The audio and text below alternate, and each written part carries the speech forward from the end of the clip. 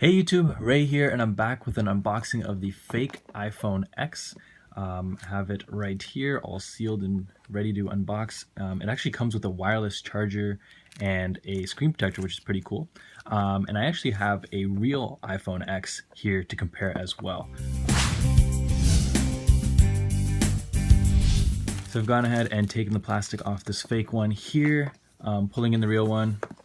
I mean, they're very identical. I can already see a few differences that I'd like to point out from the boxes. So this one, the fake one, is on the left here, real one on the right. You can tell from the middle swirl. This one has a little bit more color in it compared to the real one here. Also, the Apple logo is just slightly larger on the real box, and the box itself is also like just a slight bit larger, but very difficult to tell. I feel like honestly, if you didn't have a real box next to the fake one to tell, you probably wouldn't be able to tell that it's fake. Going ahead and continuing to open up the fake phone, you have the top here, and I'll open up the real one as well. The same kind of pamphlet with all the information, designed by Apple in California. Already you see that the lettering and the real one is actually in the middle of this little sheet, whereas on the fake one it's more closer to the bottom. So there's a little bit difference. This one's also the color of this is also a bit white versus kind of an off-white for the real one. Moving these aside, we have the phones themselves. So you already see with the fake one, there's a plastic covering on it with some, Chinese word and letters and everything like that. This just because this one was brand new. This one I'd already opened up. It's actually an iPhone X from that's already been opened up, so that doesn't have the plastic on it. But pulling this phone out and continuing to look at what's in the box, you see we have the ear pods as well as your charging cable. On the real one, you see that they don't actually encase it in a plastic case anymore like they used to, whereas in the fake one they actually give you kind of the full ear pods. You can see that they do come with the lightning connector port there. Other than this plastic case, which the fake one has, it's fairly similar. Continuing on, both have, again, the charging cables at the bottom of the box. So here I have the two phones. I've taken off all the plastic and stuff on the fake one. I mean, I'm actually blown away by the build quality and just the design of this fake one here. They've done a really good job copying the two. So actually on the right still is the real one, on the left is the fake one. I mean, just from holding them too, they're both glass build, metal side, just feel great. They're both, I mean, look at the thinness of the two, just identical all the way around, from the camera cutouts and just the design of that. The Apple logo, so on the fake one, the Apple logo does seem to be a bit brighter, just a little more, silverish gray. Also, just the back of the real one tends to look a little darker in general versus the fake one in real life. I don't know if it picks up on the camera. The bottoms from the ports and the grills are very similar, identical almost.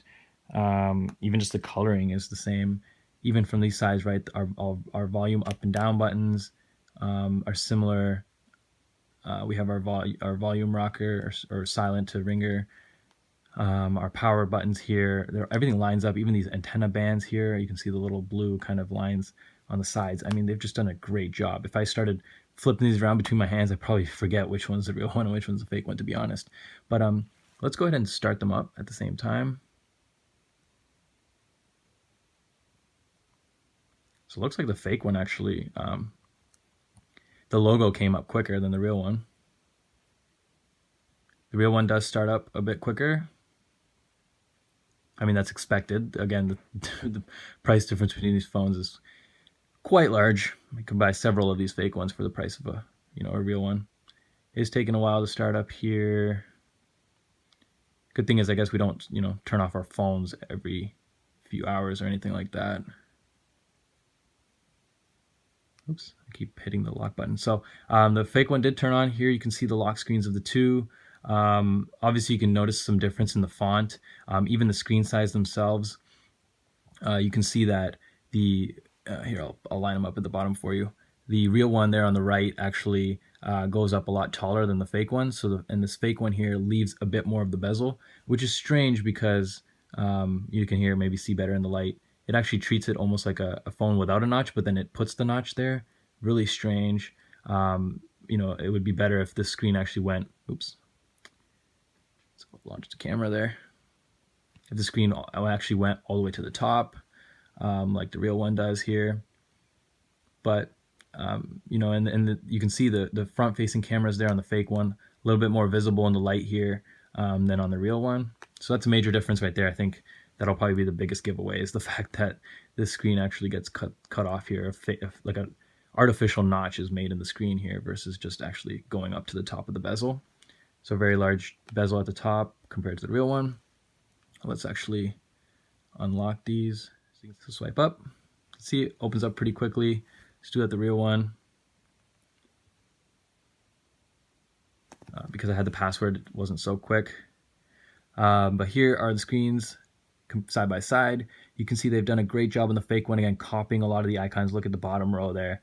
All four of those icons look exactly the same.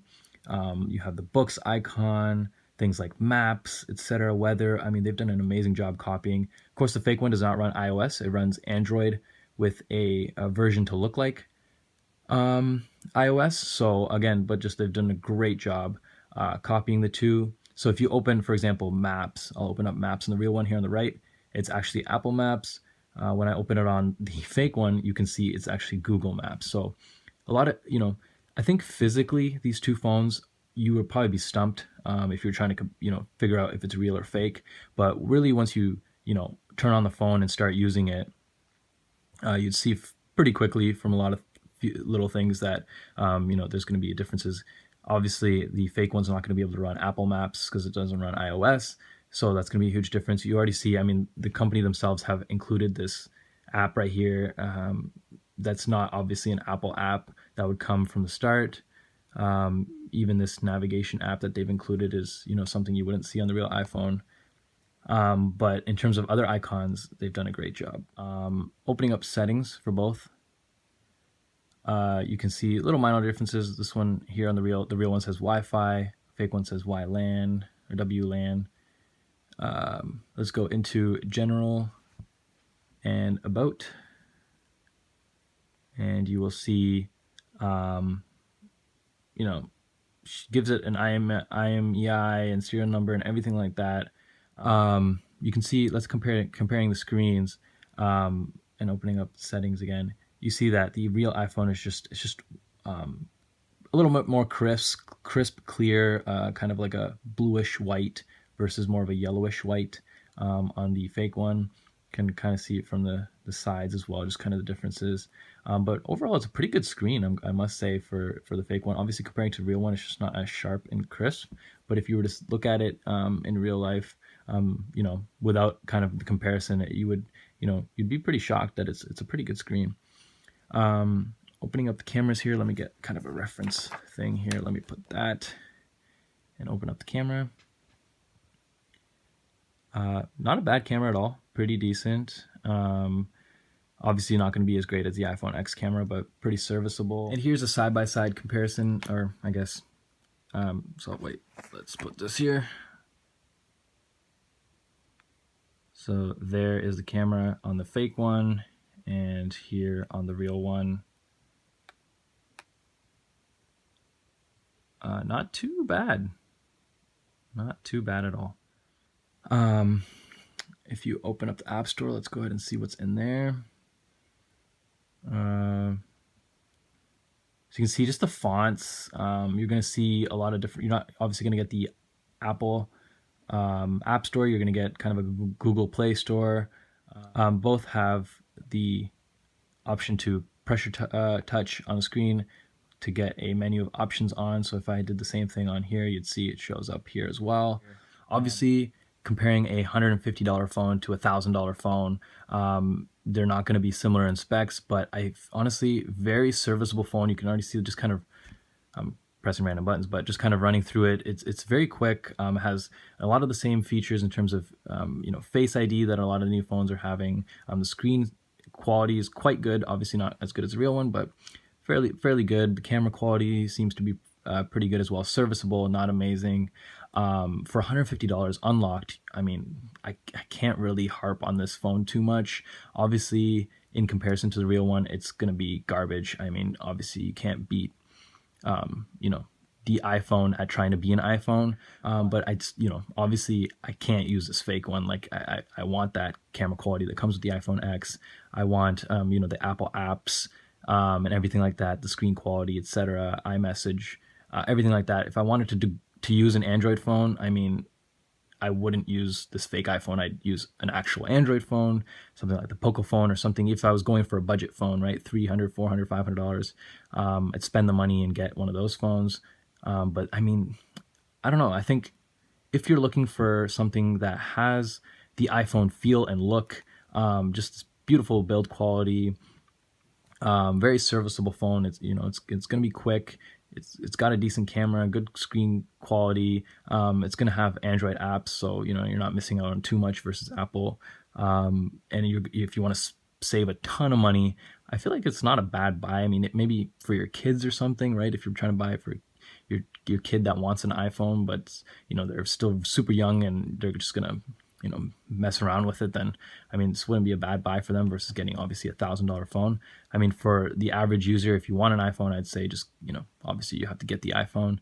I don't want to give a fake or clone phone too much positive praise, but I kind of have to give them props for building this phone the way they've done, and everything they've done for the price point. I mean, can't really harp on it too much, factoring in the price. I mean, if I was just to compare the two as purely phones, obviously this one wins every day, but it's really hard to compare $1,000 phone to a $150 phone, no matter how much this one's trying to copy this one. But hope you've learned a bit, and I've been kind of intrigued as I have in kind of comparing the fake and the clone.